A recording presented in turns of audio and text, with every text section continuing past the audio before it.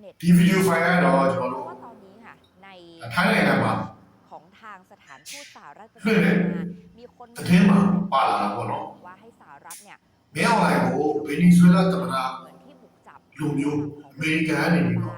ဝင်ရောက်ဖမ်းဆီးစေခြင်းနဲ့ဆိုတဲ့ เขาแห่ไปคอมเมนต์ အထက်မှာ ใน မြန်မာပြည်သူလူထုတရက်လုံးက สถานทูตสหรัฐประจำ မင်းအောင်လှိုင်ဗင်နီဇွဲလားသမ္မတကိုအမေရိကန်ကဝင်ရောက်ဖမ်းဆီးစေခြင်းနဲ့ဆိုတာ รัฐ ကို มนตรีต่างประเทศสหรัฐ အထက်မှာဖော်ပြသွားတာပေါ့နော် เมื่อวันที่ ခုမင်းအောင်လှိုင်ကလည်း ชาวเน็ต ဗင်နီဇွဲလားသမ္မတကိုအမေရိကန်ကဝင်ရောက်ဖမ်းဆီးမှာစိုးရိမ်နေတဲ့ဆိုတဲ့သတင်းတွေကျွန်တော်တို့တွေ့လာရတယ် หลายผู้นำ ဘာလို့လဲဆိုတော့သူကမြန်မာနိုင်ငံဆိုရင်ကိုအမေရိကန်ကလည်းဒီကြားခံတဲ့ပတ်သက်ပြီးတော့နော်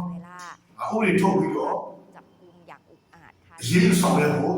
အဖွဲ့လည်းဖွဲ့ပြီးသွားပြီ สหรัฐนะคะ မြန်မာနိုင်ငံမှာဒီကြားခံတဲ့ပတ်သက်ပြီးတော့ ที่บอก မင်းအောင်လှိုင်ကဖွင့်ပြထားလို့ဒီကြားခံလုပ်ငန်းတွေညောင်းနေလို့ရှိဖို့ကိုလို့ ต่อสถานการณ์ความขัด ကျွန်တော်တို့အဲ့ဒီဘက်မှာ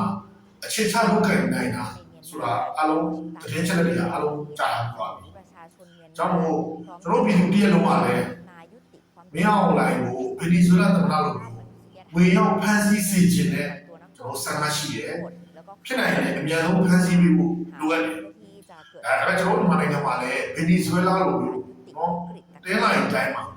ရေနံတိုက် ในระยะเวลาแค่ไม่ ရှာဖွေတွေ့ရှိတာဒီဆိုတာကိုကျွန် ส တော် ห တို့ รัฐโพสต์แถลงการณ์นี้ မစိတ်ဘူးလားဘောနော်မစိတ်ပြီးတယ်တကယ်လည်းကျွန်တော်တို့တည်တယ်မေဒီကောင်ပေါ့နော် ที่เลยค่ะให้ ဒါလို့မရောက်လာတော့ဖမ်းပြီးလို့ บินออนไลน์เหมือนกับมาดูโร ဗင်နီဇွဲလားလိုမျိုးရောက်ဖမ်းဆီးသွားလို့ရှိရင်လည်းကျွန်တော်တို့မြန်မာနိုင်ငံထက်တဲ့ရေနံတွေကို ต่อมวล အမေရိကန်ကိုပဲကျွန်တော်တို့ရှောင်းပါလို့ကျွန်တော်တို့ခရီးပေးပါတယ်